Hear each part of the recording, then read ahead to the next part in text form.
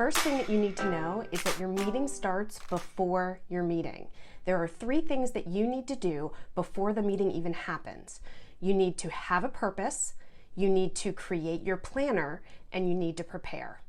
If you can't clearly define the purpose of the meeting, then you really shouldn't be having it. A question that you can ask yourself that may help you with your purpose is something like, once this meeting's over, how will I know if it's been successful?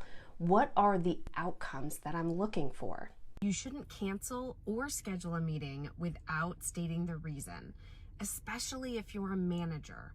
In the absence of information, people will fill in the blanks with a story, and often that story will be negative. Save people the heartache and just tell them that your crown broke and you need to go to the dentist, and that's why you're canceling the team meeting. Before you go to your next meeting, pull up the meeting planner, look at the topic, the objective, and the participants. Take a few minutes to think about the participants and what their views may be on this topic and how they are similar or different from your own. Then in the meeting, you're better prepared to address potential concerns as part of making your recommendation. So many meetings end with, oh, we got to jump off and get to the next call, when really if you had paused everybody, 5 or 7 minutes before and said, hey, we've had a lot of great discussion. What have we actually decided? And who is taking the next step and making sure that that's really clear? That's such a valuable thing to do that I feel like a lot of people are missing as well.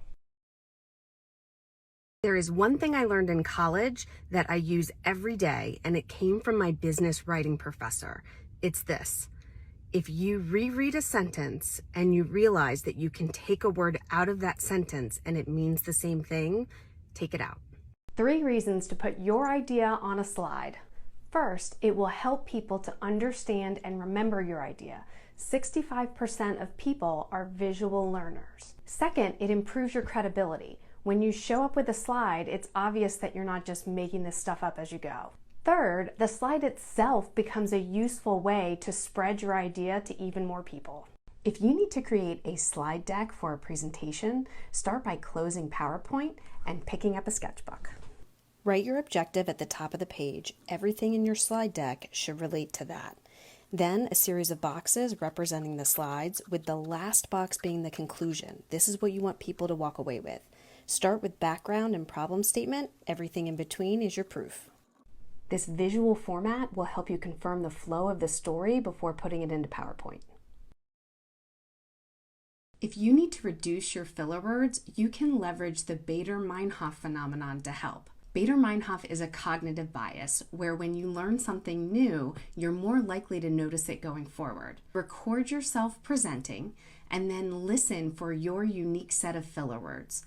Put them on a sticky note and attach them to your monitor or a notebook that's in front of you when you're speaking. What will happen is you'll notice your filler words before you even say them so that you can replace them with a pause. People can think at 4 times the rate of your normal speaking voice.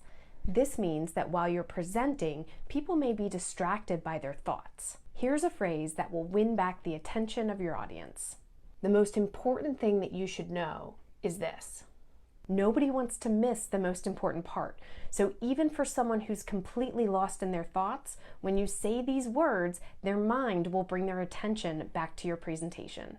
If you're trying to confirm that your message was understood, don't ask, does that make sense? People are really unlikely to admit that they don't understand something, especially in a meeting. Try instead saying, am I making sense? That makes it about your ability to communicate, not their ability to understand. If you're not fully in agreement with someone, try to avoid using the word but when you respond, and instead use words like also and and. Here's why.